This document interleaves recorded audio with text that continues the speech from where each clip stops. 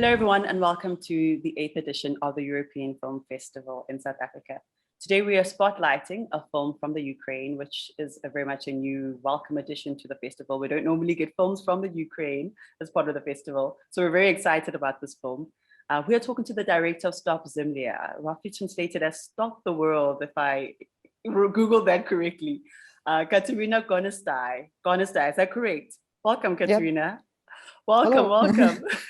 Well, since I've started on the name, can you explain the name to us? I mean, also watching the film and watching the game and watching what they were doing with the game, what does it mean, and why did you link it the way that you did with the film?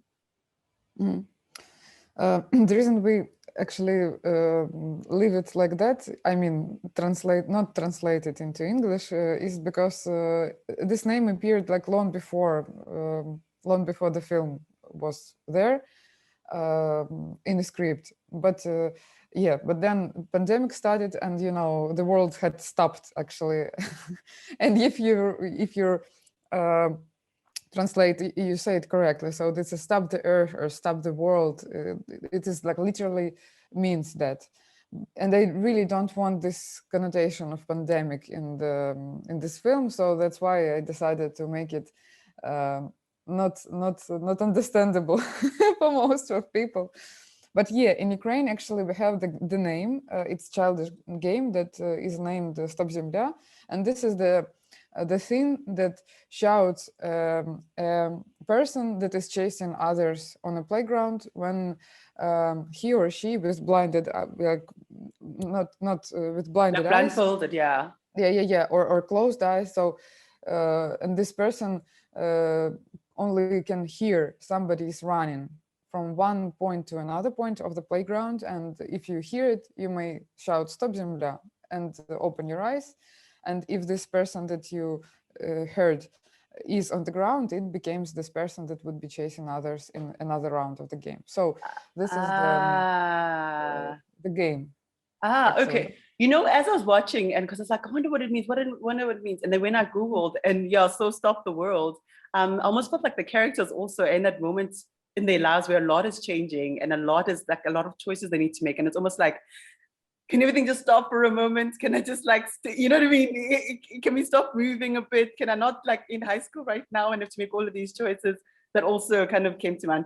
But interesting how that's another thing that I really wanted to be in the name of the film. So you're totally right. Yeah. But it's quite interesting what you shared about the pandemic.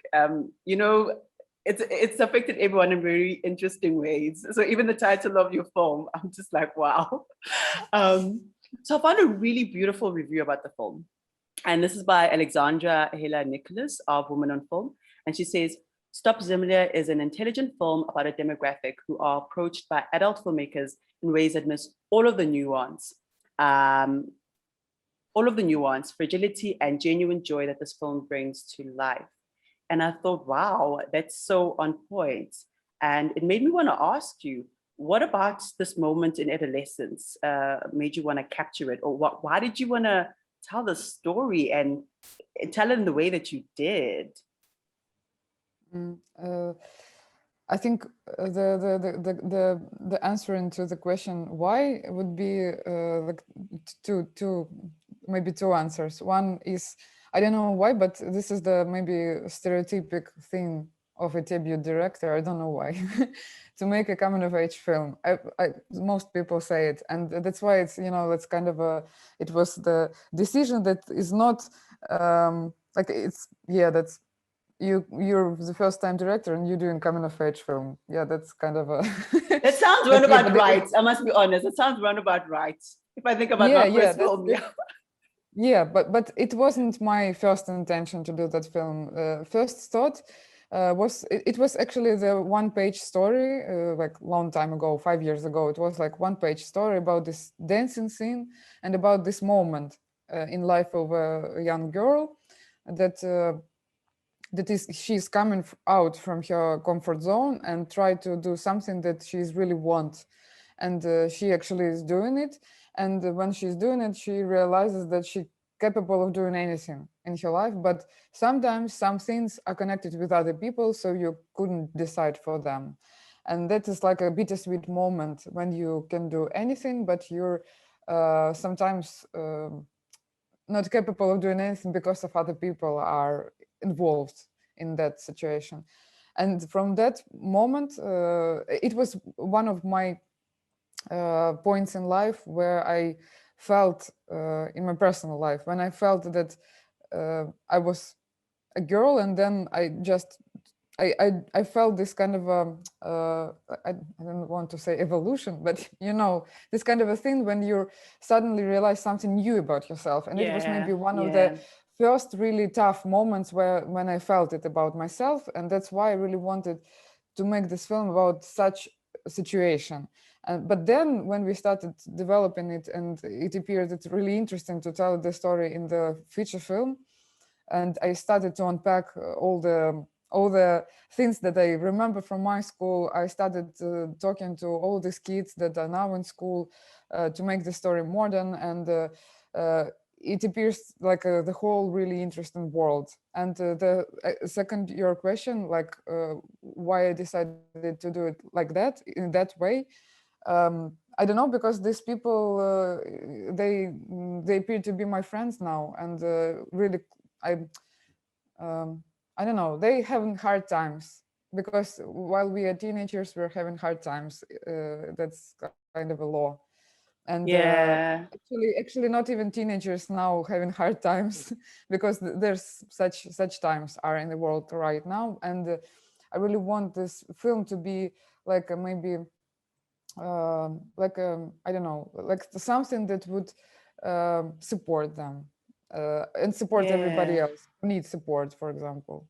You know, I So yeah, got with the scenes, with the badminton scenes. It is badminton that she's playing, right? yeah. And the dream scenes, it was like, you know, she's imagining, what am I going to be in the future? And you know, she sees, you know, the other girl who plays the piano really well, but it's almost like you have to choose who you're going to be for the rest of your life in this moment. And it's such a daunting thought.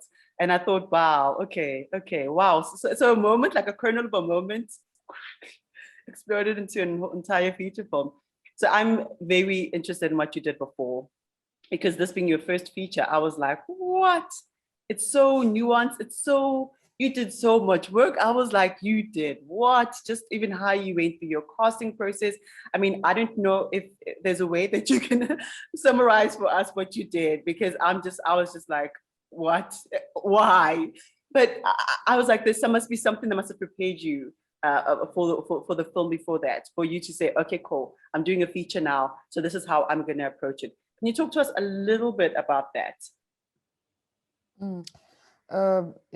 It was really interesting way to go there to this film, because I started as a documentary filmmaker, and that's why this idea of these interviews came into the film. And but they are completely fictional, I may say. So this is maybe look like a documentary like parts, and it was shot as a documentary part without any repeating the words or something like that, without any text. Actually, it was the talk, but it was a talk with a character more than with a real person. So with a real I person see. through the character, yeah. So, but yeah, the documentary films are the really great source of inspiration for me, and I tried to do them like my first films were documentary, but it was hard for me not to. So it's always was the autobiographical stories, and really like you know, like emotional exhibitionism. I may say it like that. And I made a couple of films, and I realized that it's really painful to be the part of the story as an author and as a character as well. And it's really hard to divide it between you as a person and you as an author of the film. So and oh wow. And from that point, I realized that in fictional stories that are rooted in my personal life as well, but in a fictional world, I can be more flexible, and I can have more freedom of expressing the same things, but through through other people, through the actors that maybe have some common experience. I think this is a crucial thing for me. And yeah, so that became really interesting, this hybrid form, I may say.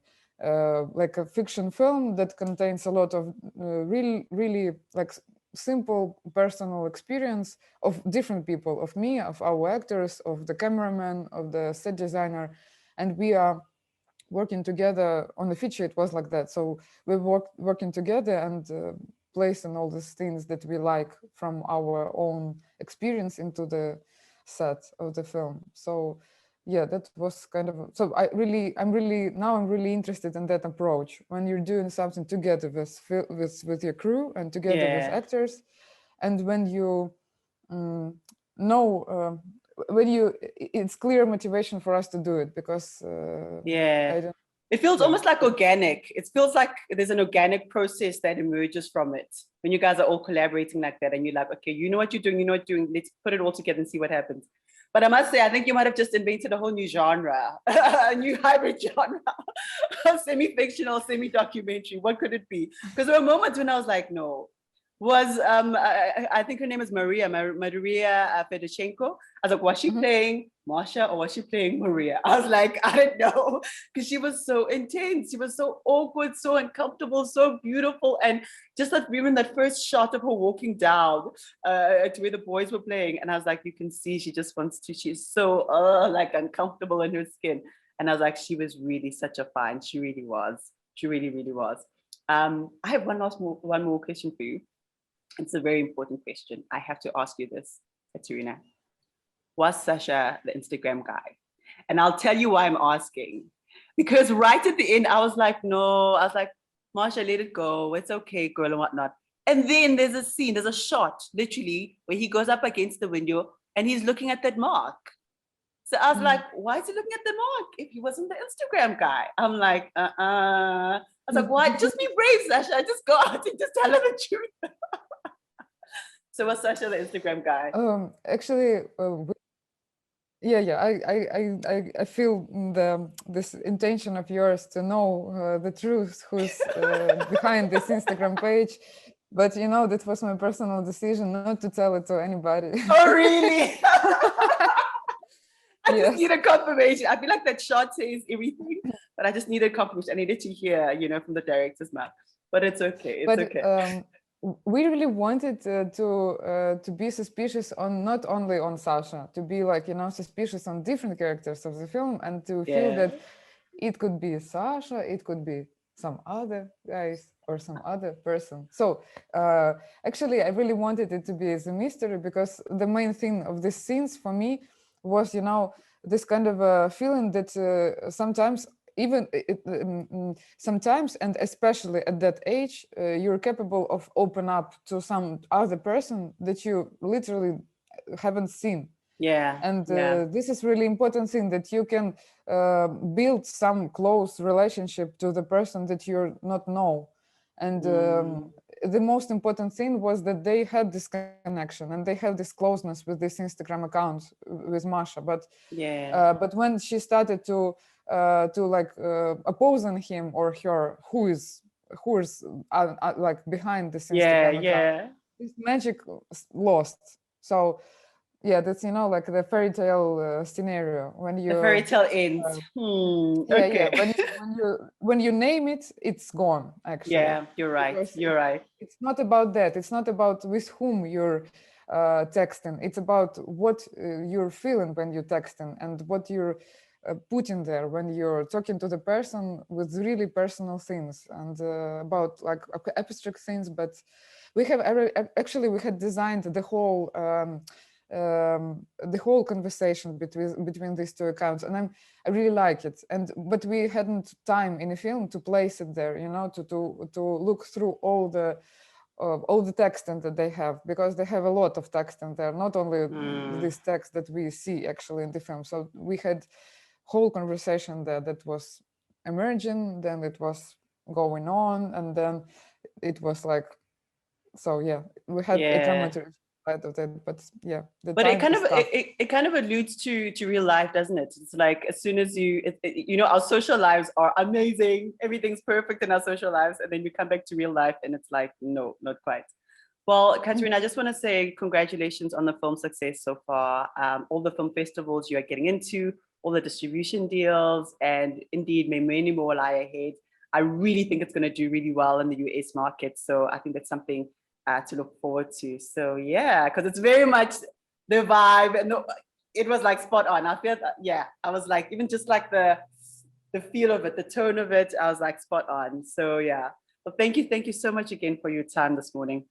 Just a reminder to our audience. Oh, thank you for the interesting talk and for your energy, actually, because yeah, we have really gray autumn morning now, and you're so bright. And is it?